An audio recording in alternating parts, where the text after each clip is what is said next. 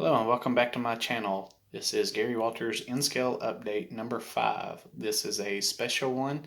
I put one out last week and I figured since this is the week of Thanksgiving, I should take a moment and give thanks to a few people that are trying to help my channel grow. Last week, before these two gentlemen reached out to me, I had 10 subscribers. That was over the course of about 3 months. It was a struggle, to say the least, to try to get some views and try to get some subscribers. These two gentlemen have seen what I've done so far in those short 3 months, and they've liked what they've seen, and they are helping my channel grow by doing a shout out. One of them did one in one of his updates, and the other gentleman did a live cast on Friday night. These two gentlemen, the first one is Gary Corbin. He is doing the pack rat route, or route, however you want to say that. That is his model railroad. He is throwing track down like you would not believe. So if you get a chance and have not checked his channel out, please jump over there and do that right now. Give him a like and a subscribe. Tell him you saw it on my channel, and I greatly appreciate that.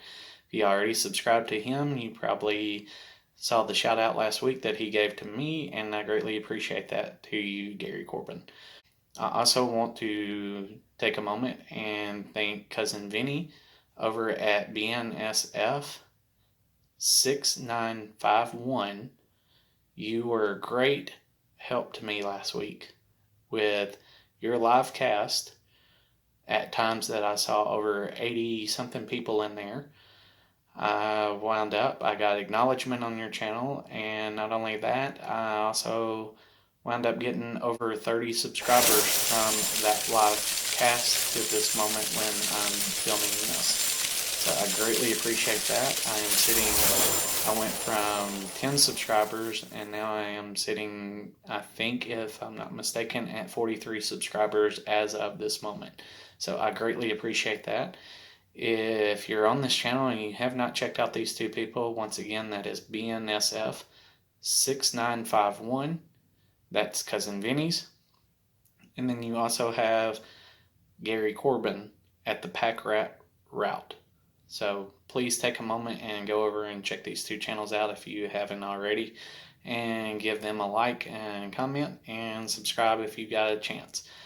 Thank you so much. And this is actually what this whole thing is all about, is getting out there and reaching other people to get this hobby to go further.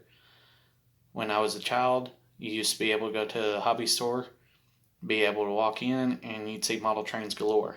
Now, I'm 40 years old. There's not a hobby store even near me. The closest one is 30 miles away. So I do a lot of my shopping online, and I miss the camaraderie in the hobby stores. So, and when you do go in one, instead of seeing model railroads everywhere, you're seeing RC cars and planes and all that. So I'd like to see it back in the glory day where we were able to go and do shopping local. So please help these channels out. Subscribe, like, try to get them out to people that aren't in the railroad community as well.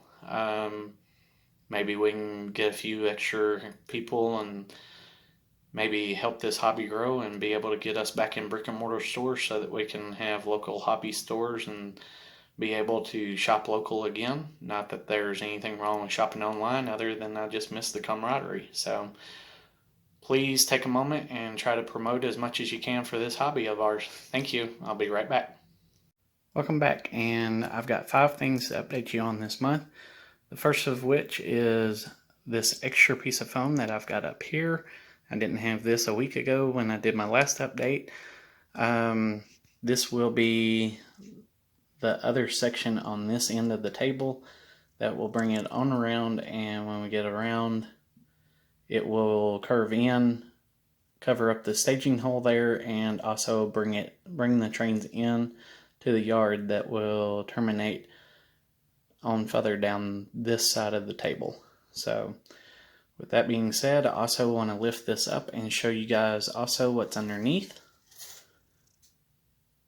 I have started doing the tunnel wall inside.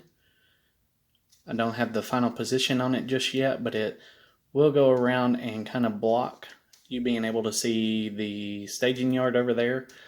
I'm not going to have it completely cut off there, but I want to be able to, for anybody that's wanting to look into the tunnel from over on the natural tunnel side, which both the ends will be natural tunnels, but anybody that's looking in on this end from over on that side of the layout through the bridges and stuff, I'm going to have it blocked far enough in and have it blacked out to where it'll look like it's tunneled all the way through. And then I'll have an access area over here where this bottle of glue and marker is that I'll be able to get in and clean the tracks. And like I said, that tunnel wall will be pulled back just a little bit so that I can reach the staging, but I want to be able to block out staging from the view of anybody looking through the tunnel. You know, those people are always sneaky and looking and trying to figure out where the trains are coming from or where they're going. So, all right, update section number 2 of this video of the 5. This bridge here. Last week I told you I was working on the abutments. Finalized those, got those painted. I don't have them weathered just yet, but I went ahead and I put those in. And with that being said, I still got to weather it. And I told you guys that I was thinking about putting a sidewalk on this. I don't think I'm going to have the width for that, plus the 2-lane road. We'll check and see, but as I do that, hopefully this will be coming together pretty soon. And in the 15th of December, hopefully I'll have that little project complete, as well as the rock wall all the way down and over the natural tunnel portal here, as well as the ballasting going into the tunnel. All right, number 3 of the 5 things I want to update you about. I went to Lowe's and I picked up these yesterday. These are 1.5 inch, or I'm sorry, 1 inch PVC caps. These are going to serve as my oil storage tanks for my oil depot. I still have to build the concrete walls going around them. That will be the containment area in case one of them was to actually spill. I'll still have to do the piping for them. Still need to get some ladders so that I can build some safety and have them be able to climb to the top of the domes. So, with that being said, we'll move on to my next 2 things to update, and this next one I'm really excited about. As we pan down, these oil tankers are going to have to come through a fence in order to get into the facility. And this fence will actually go all the way around, but earlier today I sat down and I built these fences. These are just the gates, and they do swing. I still have to do a little bit of work. I'm probably going to put longer rods on them so that they're not so wobbly. And the goal is that hopefully the rods, I will be able to go long enough and come all the way through down the table underneath and have some rods so that when you're getting ready to switch this industry, you'll actually have to open the gates up when you get ready to switch it. Now I'm going to have them to where they will actually meet over the rails. Right now they're just barely put in there. They're not quite long enough, but they will meet right there. And I will have the fence go ahead and extend out here. It will come back, come down around here, come probably behind this tree, over the rock wall, in front of the storage tanks, and then down around past the spur. Now keep in mind, this will actually be coming down hillside wise, and there'll be rock work and everything. I'm probably going to have some people kind of rail fanning over in here. So this fence is going to be a deterrent to keep them out of the oil facility. But one thing that I do like is I've seen on several railroads where they've got gates on the tracks to where you have to open and close them as part of the switching opportunity there. And I think this would be an awesome opportunity to use that. So I'm going to do that. In order to use this as one of the switch opportunities, I'm going to try to mount the rods up underneath. I'll either have them come out on the fascia here or up underneath. I'm not sure just yet, but either way, I want the rods to be able to hopefully push in and pull, and that will open and close the gates. And like I said, when I get the rods long enough and everything's lined up, I will have them meet in the middle there. So don't think I'm going to have this huge ugly gap where any body and end scale could just walk through. So let's move on to the next section, and I want to take a moment and show you the things that I used on this real quick, so that if you're thinking about putting one of these together, they are a little tedious to work with. It took me about an hour to work on those gates, which I'd never built an end scale fence before, but it does work.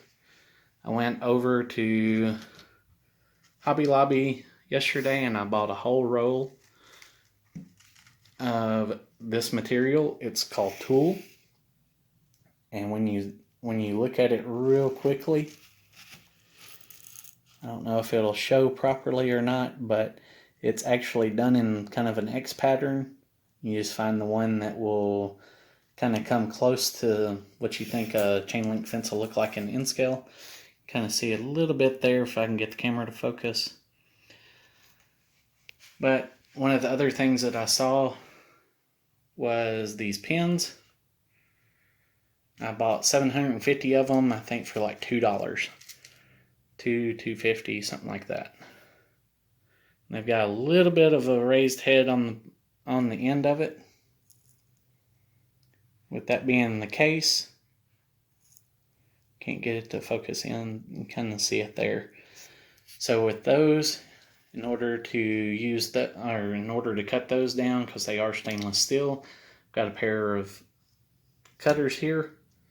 Just put those in, measure it down. I'm going to have my scale fence to 10 foot.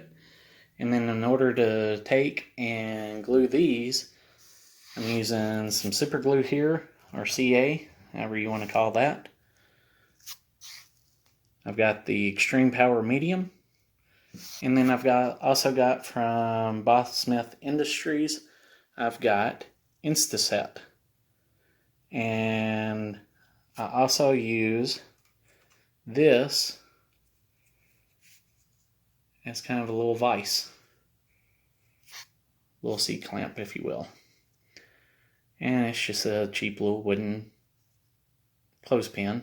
Pick these up at any store just about. It sells laundry detergent or anything like that. But you can put the little pieces of metal in there, and then that kind of frees a hand up, and you can use your other hand or both your hands to be able to glue the next piece on. So that being said, once you've found your rhythm, it's a lot easier to do. So it took me a while to figure out what worked best for me, but I found that a wooden clothespin, using it kind of like a clamp, worked out pretty good. You just cut your straight pins down to the size you need and make it to your scale. And then once you get those cut down and glued together, you just take and you glue your tool right to it. And as you can tell, I think the effect is really nice. You can actually see all the way through the fencing. I've got the crossbars in there. And you can see any cars right up behind it. It looks just like a chain link fence to me. So can't wait to see that whole facility done with the homemade chain link fence. And as you can tell, that is going to be one large industry, and that's a lot of chain link fence. I think I figured up I'm going to have to cut about 150 of those pins to make the fence go all the way around. So got a lot of cutting to do, and as soon as I get this video posted, that is what I'm planning on working on. So hopefully next month you'll see the chain link fence. Hopefully I'll have time to do other things as well.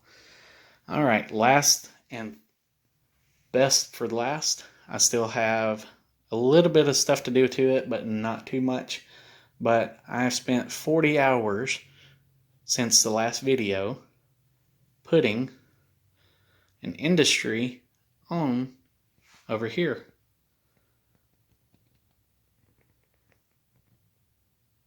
This was the Diamond Coal Corporation. I've still got some weathering to do, but between cutting, painting, and assembly, this was my finished product so far. I've got probably about 5 more hours probably in weathering with chalks and stuff. I do have the roofs where they are able to come off, because one of the things I'd like to do with this kit is actually light it. I took a lot of time in this kit because I know this is going to be one of my major industries on the railroad, and I want it to look really, really nice, and I want to be able to have the railroad coming through here to be enjoyable and look realistic. Still need to get some labels up for this. Well, hopefully, or I'm sorry, some signage up, but that'll come at a later date. But I took a lot of time on this industry to make it look good. Hope you guys like it. It was a fun kit to assemble. It did take a lot of patience and a lot of time.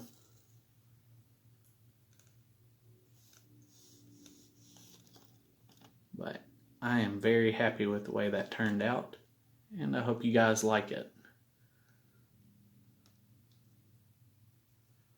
It is a very large kit, so for N-scale, at times I had to remind myself I was building N-scale and not HO, so because this was one of the largest buildings I think I've done in N-scale so far. I'm sure the paper mill from Walters is pretty large and substantial too, because I've put one of those in together for an HO guy.